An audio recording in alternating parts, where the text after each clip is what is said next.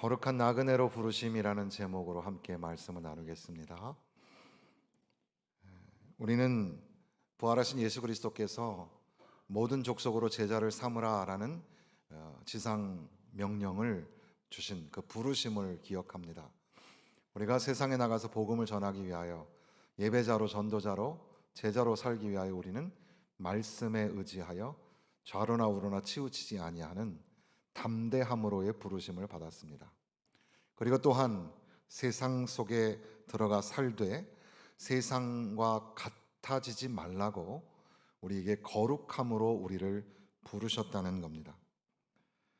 너희가 순종하는 자녀처럼, 자식처럼, 이렇게 14절에 기록합니다. 이것은 단순한 권면이 아니라 거룩한 성도의 존재를 선언하는 겁니다. 그래서 웨인 구르뎀은 성도는 처음부터 순종을 위해 구별된 존재라 이런 말을 합니다. 하나님이 선택하셨고 성령이 거룩하게 하시는 그 목적이 예수 그리스도에게 순종하게 하시려고 우리를 부르셨다는 사실입니다.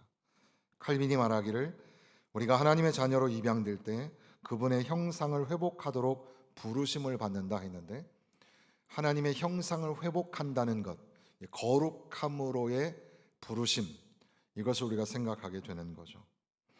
그런데 이어서 말씀해 보면 너희가 전에 따르던, 알지 못할 때 따르던 너희 사욕을 본받지 말라.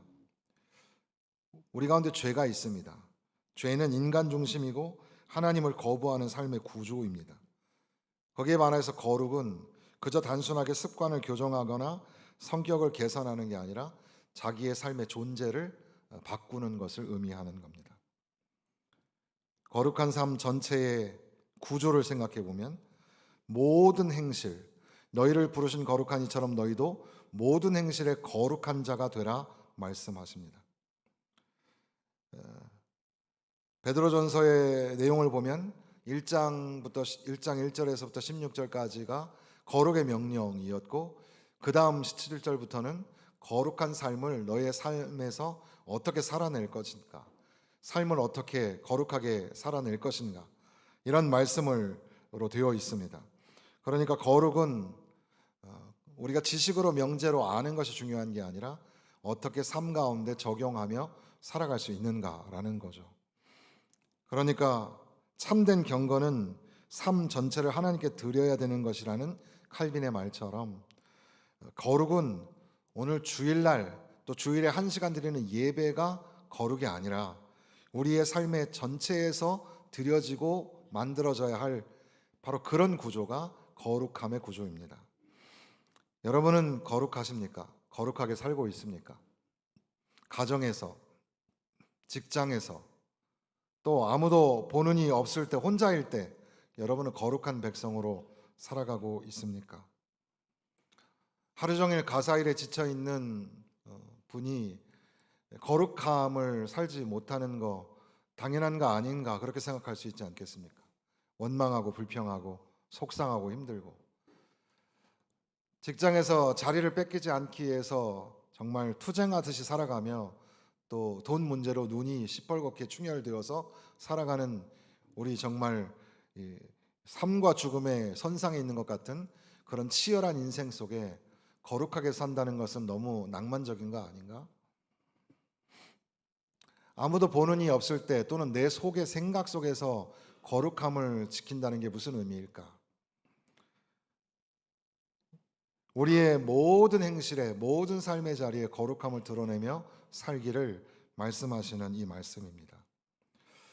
거룩이 뭘까?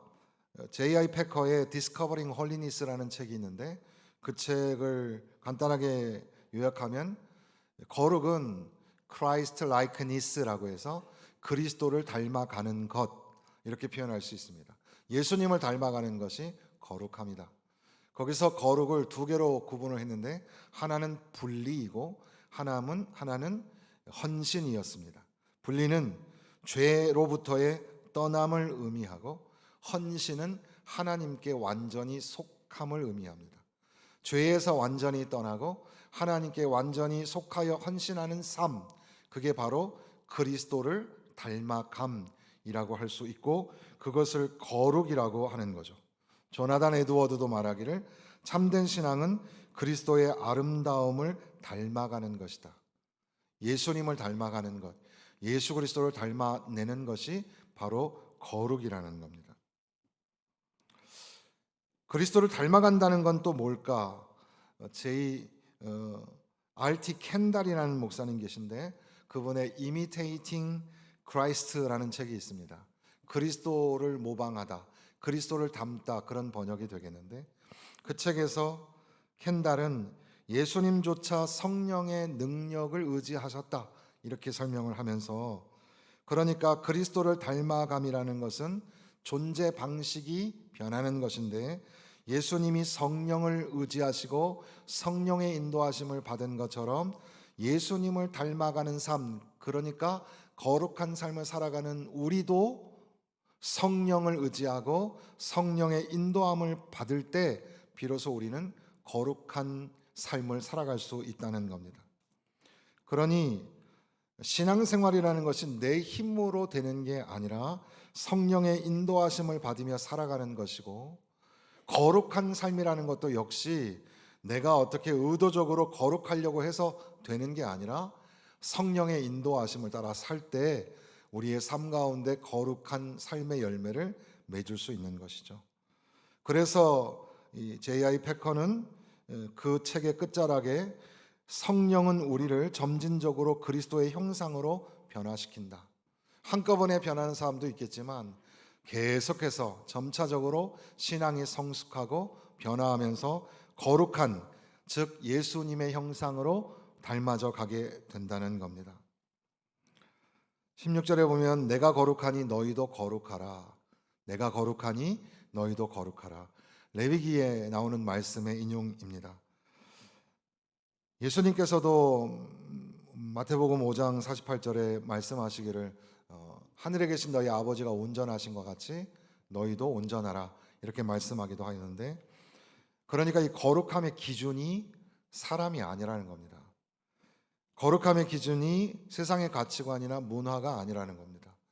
그 기준은 하나님이죠. 하나님이 거룩하시기 때문에 하나님 백성된 저와 여러분이 거룩한 삶을 살아가야 한다는 거죠. 하나님의 형상을 회복하는 것, 그것이 바로 거룩함이고 하나님 닮음이라고 할 수 있습니다. 그러니까 하나님을 얼마나 닮아가는가, 하나님의 백성답게 하나님께서 우리에게 내가 거룩하니 너희도 거룩하라, 그 말씀에 의지하여서 하나님의 백성으로 거룩함을 닮아내는 그런 삶을 살아가야 한다는 겁니다. 그리고 이어서 17절에는 두려움으로 지내라. 외모로 보시지 않고 사람의 행위대로 심판하시는 이를 너희가 아버지라 부른즉 너희가 나그네로 있을 때를 두려움으로 지내라. 여기서 말하는 두려움은 공포가 아니라 하나님 앞에서의 진지함이라고 할 수 있을 겁니다. 하나님은 아버지이시면서 동시에 공의로운 심판자가 되신다는 사실이죠. 사실 우리는 오늘 우리의 삶을 살아내면서 하나님을 너무 가볍게 여기고 있는 것은 아닐까? 또는 우리가 짓고 있는 죄를 너무 가볍게 여기며 살아가는 것이 아닐까 생각하게 됩니다. 우리 인간관계에서도 마찬가지죠. 사실 요즘에는 모든 것들이 자유롭고 또 너와 나 하나의 다 인격체로서 서로를 존중하며 살아갈 때에 사실 요즘에는 그 어른이 어른 대접을 받지 못하는 무례함이 너무 세상을 지배하고 있는 것 같이 보일 때가 있습니다. 또 아버지와 어머니, 부모도 자녀들에게 존중받지 못하는, 물론 어린이 주일과 가정의 달을 맞이하면서 어린 아이들도 존중받아야 되고 또 소중하게 여김을 받아야 됩니다만은 어른들도 역시 마찬가지죠. 그런데 오늘날에는 할아버지 할머니가 계시고 아버지 어머니가 계신데도 불구하고 무서운 줄을 모르는 거죠. 두려움이 없는 거예요. 아무렇게나 말하고 아무렇게나 행동하고 참 안타까운 모습을 볼 때가 많습니다. 물론 요즘에도 우리 어른들은 제가 지나가면 목사님이 지나가신다고 그냥 가던 길도 멈추고 그렇게 해주시죠. 참 어른 세대의 믿음은 참 감히 우리 젊은 세대가 따라갈 수가 없습니다. 그런데 오늘날의 세대는 과연 하나님의 말씀을 전하는 자를 존중하고 지키고 순종하는가 잘 생각해 봐야 합니다. 하물며 사람에 관하여도 그런데 우리가 과연 하나님에 대하여 두려운 마음을 가지고 있는가? 우리가 짓고 있는 죄에 대하여 좀 심각하게 생각하고 있는가? 뭐 이거 이런 거 죄 질 수 있지 뭐. 이렇게 쉽게 생각하고 있는 건 아닐까? 하나님이 뭐 이런 것까지 다 아시겠어? 하나님을 경히 여기고 만홀히 여기는 그런 모습이 우리 가운데 있지 않습니까? 아무도 보는 이 없을 때 내 속에 있는 건 내가 뭐 이렇게 뭐 누굴 미워하고 싫어하고 짜증내고 이거 하나님이 아시겠어? 거룩함이라는 것은 하나님을 진지하게 대하는 삶을 의미합니다. 하나님은 어떻게 생각하실까? 늘 우리가 코람데오 그렇게 말하는데 하나님 앞에서의 신앙생활이라는 게 어떤 겁니까? 하나님을 두려워하는 마음을 갖고 말 조심하고 행동 조심하고 죄를 소홀히 여기지 아니하고 나그네, 이 나그네라 표현했는데 나그네는 지금 여기 살고 있는 곳이 걸어가고 있는 곳이 고향은 아닙니다. 앞으로 가야 할 집이 있는 거죠. 본향에 가기 위한 여행자입니다. 거룩한 여행자죠. 그러니까 거룩한 나그네라는 것은 성령 안에 살아가는 사람, 하나님께 속한 사람, 예수님을 닮아가는 사람, 그리고 삶 전체가 거룩해지기 위해서 노력하는 사람이고 하나님을 두려워하고 하나님을 경외하는 사람이 바로 거룩한 나그네라고 할 수 있습니다. 그러니까 세상 속에 있지만 세상과 같지 않는 존재로 살아가는 사람입니다. 물론 이렇게 거룩한 삶을 살아간다는 게 쉬운 건 아니죠. 사실 우리를 부르신 하나님께서 우리에게 이 지상 명령, 지상 명령이라고 할 때 이 지상이란 말은 영원한 명령이라는 뜻이거든요. 마지막까지 영원한 명령이라는 뜻입니다. 주께서 우리에게 맡기신 부르심이 그거예요. 모든 족속으로 제자를 삼아라. 그러면서 내가 너희가 가는 곳에 내가 함께 하겠다고 말씀하신 주께서 담대하라, 두려워 말라. 말씀에 의지하여 좌로나 우로나 치우치지 말라. 우리에게 담대함의 부르심을 하셨습니다. 그리고 또한 오늘 이 베드로서의 말씀을 통해서 너희는 그러나 그 세상 속에 동화되지 말고 세상과 구별된 삶을, 거룩한 삶을 살기 위하여 부르심을 받았다고 말씀하시는 겁니다. 여러분 한번 곰곰이 생각해 봐야 됩니다. 우리가 세상 속에 섞여져서 사는 게 더 쉬운지 세상 속에서 구별되어 사는 게 쉬운지 말이죠. 여러분은 거룩한 삶을 살아내고 있습니까?